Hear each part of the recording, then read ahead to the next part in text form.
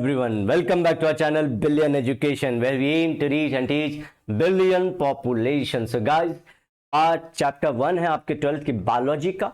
Already हमने 2 part upload कर दिए हैं। बहुत ब्यूटीफुल से टॉपिक थे, इजी टॉपिक टू अंडरस्टैंड। अगर क्वेश्चन आ गए तो आपका गुड लक, बिकॉज जो क्वेश्चन है वो आएंगे टफर पार्ट से, और वो पार्ट जो है अब से शुरू हो जाएंगे। तो हमने असेक्सुअल रिप्रोडक्शन कर लिया है, अब हम लोग करेंगे सेक्सुअल रिप्रोडक्शन। प्लांट्स में आप लोगों को जैसे पता है चैप्टर का नाम लोअर एंड हायर प्लांट्स है, तो इसमें हमने देखा है असेक्सुअल तो खत्म हो गया, जहां पे हमने वेजिटेशन और वो सारे पार्ट से ग्रोथ कैसे होती है वो कवर कर लिया। अब जो हम लोग पार्ट कवर करने जा रहे हैं वो है सेक्सुअल। स्टार्ट करते हैं। It involves fusion of two compatible gametes. तो इसकी मीनिंग मैंने ऑलरेडी बता दी। कंपैटिबल मतलब जैसे कि मैच खाते हो। Compatible in the sense size, shape, chemical और सेम स्पीशीज के हों। तो ये सब सारी चीजें मिलने के बाद दो गैमेट मिलते हैं। और sex cells, all organisms reach to maturity in their life before they can reproduce sexually. तो पहले मैच्योरिटी होती है, जैसे आप लोग देखे रहेंगे बहुत सारे ट्री आप लोग ने प्लांट किए रहेंगे बचपन से। एक सबके शौक रहते हैं कि हम एक ट्री जरूर प्लांट करेंगे अपनी लाइफ में। मेरा भी था, आप लोग का भी होपफुली हुआ ही होगा। तो वो ट्री पहले छोटू रहता है, फिर बड़ू होते जाता है, बड़ू होते होते बाद में वो रिप्रोड्यूस करने के काबिल हो पाता है। वो पता कैसे चलता है? In plants the end of juvenile मतलब उसकी जो बचपनी है वो कैसे खत्म होती है, और the vegetative phase marks the beginning of the reproductive phase. तो ये खत्म होता है उसका बचपना, और जवानी शुरू, जहां पे वो रिप्रोड्यूस करने के काबिल हो जाता है। And that can be seen easily in the higher plants at the time of flowering. तो सिर्फ हायर प्लांट्स में, छोटे श्रब्स और हर्ब्स में पता नहीं चलेगा आप लोग को, लेकिन अगर बड़े प्लांट है जैसे आप लोग मैंगो, नीम और ये सब देखेंगे तो फ्लावरिंग होनी शुरू हो जाती है। ठीक है, ये चीज आप लोग को ध्यान रख लेना है। तो इसमें कहने का क्या मतलब है? अगेन जो वेजिटेटिव ग्रोथ मतलब जो बड़ा होना था, जितना बड़ा हो पाना था उसे, एक होता है वर्टिकल और हॉरिजॉन्टल, दोनों टाइप की ग्रोथ वो कर चुका है। The flower is specialised reproductive structure of plant in which sexual reproduction takes place. तो अब साइट हम लोग धीरे धीरे हम क्लोज जा रहे हैं। तो साइट कौन सी है जहां पे ये होता है? And that site is flower. आप लोग ऑलरेडी अपने 10th स्टैंडर्ड में सब पढ़ चुके हैं। फ्लावर क्यों? क्योंकि कलरफुल रहता है, और आप लोग को मालूम है 2 चीज होते हैं, मेल गैमेट होता है और फीमेल गैमेट होता है। तो प्लांट्स को यहां से वहां इनके एक मेल पार्ट से दूसरे मेल या फीमेल पार्ट में ट्रांसफर करने के लिए एयर, वाटर, इंसेक्ट सब यूज करते हैं। तो उसके लिए attraction of colour is very much required. तो जो इंसेक्ट्स हैं कलर देखते हैं, इसलिए फ्लावर साइट है। The function of flower is to produce haploid gametes.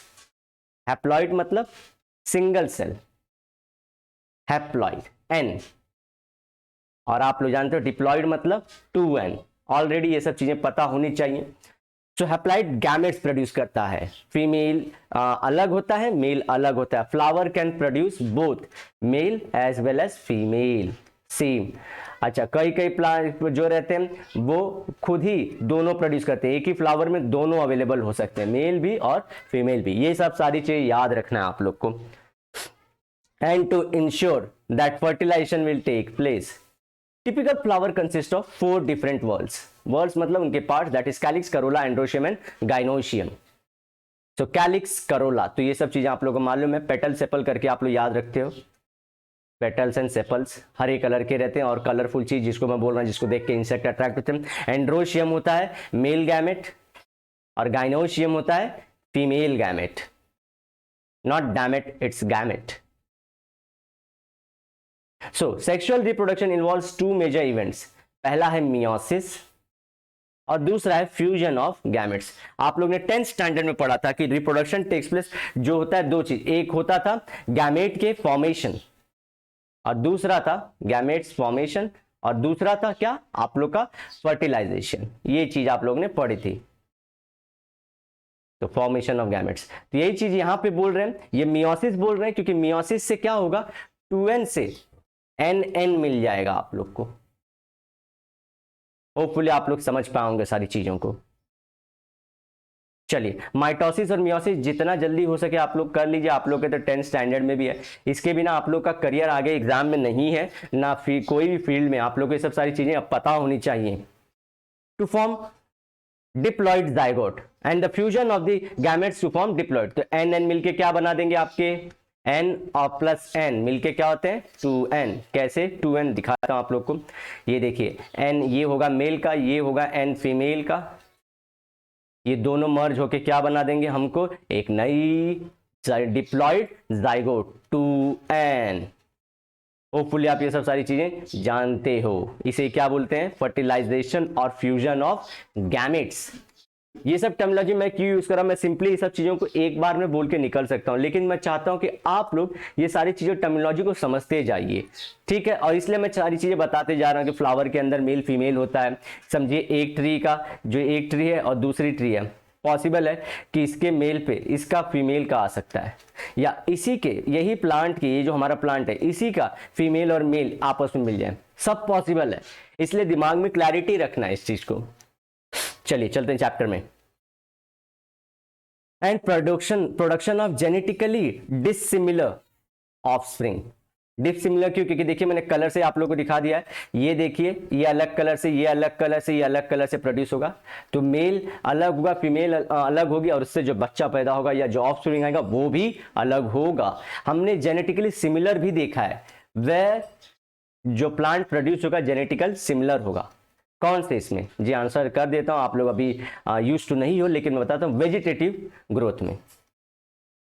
चलिए क्वेश्चन पूछ लेता हूं, वेजिटेटिव ग्रोथ के या कौन कौन से एग्जांपल से हमने कौन से आर्टिफिशियल मेथड यूज किए थे। कमेंट सेक्शन आप लोग के लिए खुला है, आंसर करिए। Next, variation are useful from the point of view of survival and the evolution of species over the time. अच्छा, अब नेक्स्ट क्वेश्चन आता है, ये बहुत अच्छा क्वेश्चन पूछते हैं आप लोग 12th में पास अगर बीएससी भी लेते हो या फिर आगे एमबीबीएस या जो भी करियर परस्यू करते हो, कि इवोल्यूशन के हिसाब से कौन सा अच्छा है, वेजिटेटिव असेक्सुअल अच्छा है, असेक्सुअल सही है, और सेक्सुअल आप देखोगे तो असेक्सुअल फटफट हो जाता है, टाइम बहुत कम लेता है, सेक्सुअल टाइम बहुत ज्यादा लेता है, लेकिन इवोल्यूशन के हिसाब से जो पेस बनाए हुए वो है सेक्सुअल। जी हाँ, इसमें क्या होता है, कंडीशन के हिसाब से जो ऑफस्प्रिंग है प्रोड्यूस होता है। समझिए ग्लोबल वार्मिंग हो रही है, तो क्या हो रहा है, टेम्परेचर बढ़ रहा है। अब आज से 100 साल पहले वाले आप फ्लावर का मेल फीमेल गैमेट लेके आओगे तो वो आज रिप्रोडक्शन के उतने कैपेबल नहीं होंगे जो 100 साल से आगे आज आ चुके हैं, वो मेल फीमेल गैमेट मिला फट से हो जाएंगे। तो क्या आज के टेम्परेचर, प्रेशर, केमिकल के हिसाब से जो सीड है ना, जो फ्लावर है, जो प्लांट है, अपने को इवॉल्व करते रहते हैं धीरे धीरे। इवोल्यूशन की थ्योरी आप लोगों ने 10th में पढ़ ली, डार्विन्स थ्योरी, तो ये इवोल्यूशन की बात है। तो इवोल्यूशन को और आगे 100-150 साल बनाए के रखने के लिए, 100-150 साल आगे और बनाए रखने के लिए क्या जरूरी होता है, दो अलग अलग लोगों का मिलना। इसलिए मेल हमारे में भी, ह्यूमंस में भी अलग अलग जो पहले जो थे ना, उनकी शादी होने से, ये इवोल्यूशन का पार्ट है। आप एक ही ग्रुप में शादी करते हो तो एक ही डिजीज सब में फैलती रहेगी, फैलती रहेगी, फैलती रहेगी, कोई सोल्यूशन नहीं आएगा। लेकिन बाहर से कोई शादी करके आ रहा है जिसमें वो डिजीज नहीं है, तो चांसेस है कि नेक्स्ट बेबी को वो डिजीज ना हो। इसी तरह से सेम प्लांट में होता है। अगर बात समझ में आई तो प्लीज ध्यान रखिए इस चीज को कि सेक्सुअल जो है, जो हमारा रिप्रोडक्शन है, चाहे ह्यूमंस में चाहे कोई भी एनिमल में, ये नेक्स्ट है इवोल्यूशन के हिसाब से, ये सही है। पहले असेक्सुअल था, लेकिन वो क्या था, टेम्परेचर के चेंज के हिसाब से सूट उतना जल्दी नहीं कर पाता, यहाँ फट से कोई मिला, फट से आगे बढ़ जाते हैं, ठीक है। सो अब आप समझ चुके होंगे कि इवोल्यूशन के हिसाब से वो लाइन क्यों लिखी है। Next, sexual reproduction is characterised by fusion of male and female gametes, ठीक है। फर्टिलाइजेशन उसी को बोलते हैं, मैंने आप लोग को ऑलरेडी बताया, फ्यूजन बोले या गैमेट फर्टिलाइजेशन बोले, बात एक ही है। The formation of zygote and embryogenesis, embryogenesis मतलब जाइगोट हुआ, ये स्टेप में 2n को आप लोग क्या बोलते हो, ये जाइगोट बन चुका है। इसे मोटा कर लेता हूं थोड़ा सा, ये जाइगोट बन चुका है। अब जाइगोट मैच्योर होता है, ध्यान रखिए, एम्ब्रियो अलग होता है, जाइगोट जब मैच्योर होता है, मैच्योर थोड़ा सेल डिवीजन होता है। समझिए कि 2 सेल थे हमारा, इसे गोल गोल 2 सेल थे, ये 2 सेल थे। अब ये क्या होंगे, बहुत डिवाइड होंगे, डिवाइड हो के ये कुछ इस तरह से नए सेल बना देंगे, बहुत ज्यादा सेल डिवाइड होंगे। ये सेल का न्यूक्लियस, जरूरी भैया न्यूक्लियस बता, नहीं तो आप बोलोगे क्या गलत सलत बना दिए। और ये एम्ब्रियो होता है। तो फर्क याद रखना है जाइगोट और एम्ब्रियो में, जब और ये मैच्योरिटी होती है। अब इसके लिए क्या जरूरी होता है, जब एम्ब्रियो बन जाए तो इसको बोलते हैं एम्ब्रियोजेनेसिस। जेनेसिस मतलब बनना, तो एम्ब्रियो के बनने के लिए डिवीजन जरूरी है जाइगोट का। कभी कभी जाइगोट डिवाइड नहीं होता है कंडीशन के हिसाब से, और जब सुटेबल कंडीशन आती है तो डिवाइड होना शुरू कर देता है। Sequential event that occur in sexual reproduction are grouped into 3 distinct stages। अब हम लोग पढ़ेंगे रियल में कि सेक्सुअल रिप्रोडक्शन के कैसे कैसे स्टेजेस हैं। जैसे कि हमारे ह्यूमंस के अंदर, मैं क्यों कंपेयर कर रहा हूँ ह्यूमंस, हम लोग ह्यूमंस तो हमको समझना इजी रहता है। तो पहले बेबी रहते हैं, फिर बच्चा से थोड़ा सा अडल्ट होते हैं, फिर अडल्ट एडोलेसेंट, फिर अडल्ट, फिर बुढ़े, और बीच में बेबी प्रोड्यूस करते हैं फिर से हम ही लोग मेल फीमेल के साथ, इस तरह साइकिल। तो इसी तरह प्लांट में कैसे होता है, सो प्री फर्टिलाइजेशन, फिर फर्टिलाइजेशन सेकेंड स्टेप है, और थर्ड है पोस्ट फर्टिलाइजेशन। प्री फर्टिलाइजेशन में क्या क्या इवेंट्स होते हैं, क्या क्या फर्टिलाइजेशन के पहले की तैयारी जरूरी है। जैसे शादी होनी है, शादी होने के पहले बारातियों के स्वागत के पहले वो सब सारी व्यवस्था करनी पड़ती है बहुत दिनों पहले से।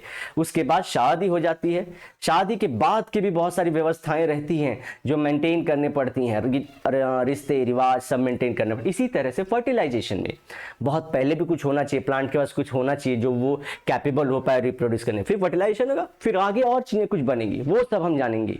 ठीक है, इसलिए आपको चैप्टर इस तरह से डिवाइड है। ये आपका 10th स्टैंडर्ड में स्टैंडर्ड है। मेक श्योर कि आप बता पाए कि इसमें से कार्पेल कौन सा है, कार्पेल को और क्या बोलते हैं ये बताइए, और कैलिक्स को और क्या बोलते हैं, और करोला को क्या बोलते हैं। चलिए ये सब मुझे कमेंट सेक्शन बताइए, जरूरी है भैया। अब the male reproductive whorls, whorls मतलब प्लांट के पार्ट होते हैं, of flower is called as androecium. Individual member of the androecium is called as a stamen. जैसे कि ये आप लोग इस तरह से देखे रहेंगे, ये समझो ग्रुप में रहते तो ये इस तरह से आप लोग स्ट्रक्चर देखे रहोगे, ये ऐसे। तो ये पूरे ग्रुप को बोलते हैं एंड्रोशियम। अब इनमें से एक को किसी को ले लो, एक किसी को, तो उसे बोलूंगा स्टेमन। और स्टेमन का पार्ट होते हैं फिलामेंट, कनेक्टिव एंड एंथर। तो ये फिलामेंट होता है जो इस तरह जाता है, ये एंथर दो जो इस तरह से बना रहा हूं, ये एंथर, और यहाँ पे कनेक्टिव रहते हैं जो इसे कनेक्ट करके रखते हैं। तो फुली आप समझ पाओगे सारी चीजों को। नेक्स्ट लेक्चर में जो हम लोग डिस्कस करेंगे स्ट्रक्चर ऑफ एंथर और ट्रांसवर्स सेक्शन। अब टीएस से आप लोग यूज टू हो चुके रहेंगे। TS, what is TS of anther, transverse section cut करके आप लोग को देखना होगा, आपको लैब में भी परफॉर्म करना पड़ेगा प्रैक्टिकल्स में।